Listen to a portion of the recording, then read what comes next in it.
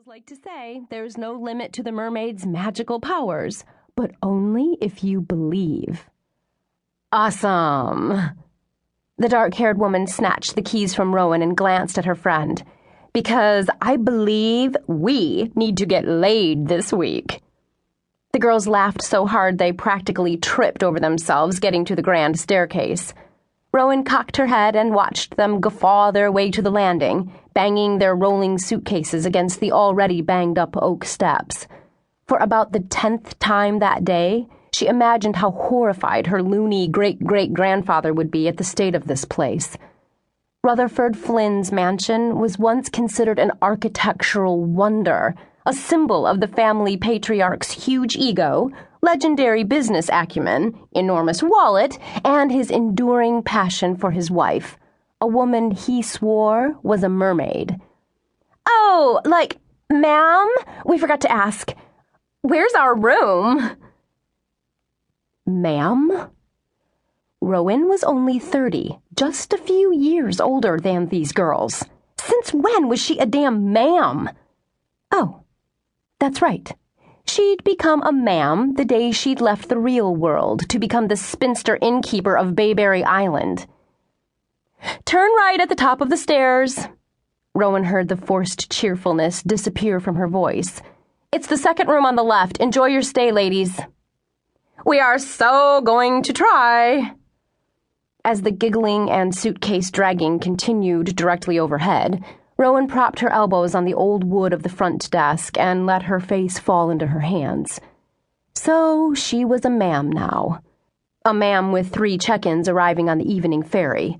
She was a ma'am with 1 clogged toilet on the 3rd floor, 22 guests for breakfast tomorrow, 4 temporary maids who spoke as many languages, and 8 hellish days until the island's annual mermaid festival had run its course. Oh, and one more detail. The business was $27,000 in the hole for the year, losses that absolutely had to be made up in the coming week, or bankruptcy was a distinct possibility. Which also was this ma'am's fault. Thank you very much. And every second Rowan stayed on the island playing pimp to the mermaid legend was a reminder of the lethal error she'd made while visiting her family exactly 3 years before.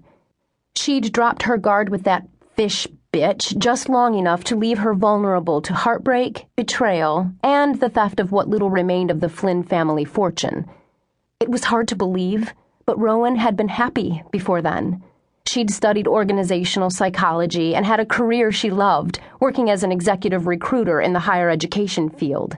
She had a great apartment in Boston and a busy social life. So what if she hadn't found her true love? She'd been in no rush. But she'd returned for the Mermaid Festival that year and met a B&B guest named Frederick Tyson.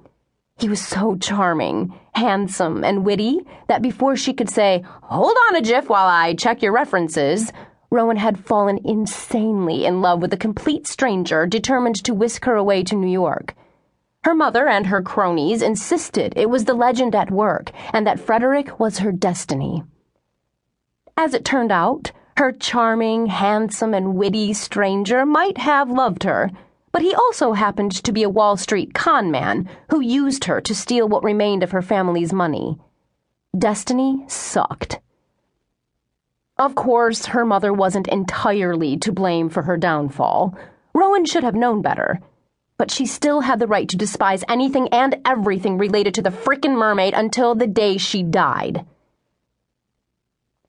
The familiar putt-putt of a car engine caught her attention, and Rowan raised her head to look out the beveled glass of the heavily carved front doors. She watched the VW Bug plastered with iridescent fish scales come to a stop in the semicircle driveway. Since it was festival week, the car was decked out for maximum gawking effect, with its headlights covered in huge plastic seashells and a giant-assed mermaid tail sticking out from the trunk. Her mother got out of the car and strolled through the door. "Hi, honey. Everything going smoothly? How many more are due on the last ferry?" Rowan gave Mona the once-over and smiled. Like the car, her mother was in her festival finery, in her case, the formal costume of the president of the Bayberry Island Mermaid Society. Mona's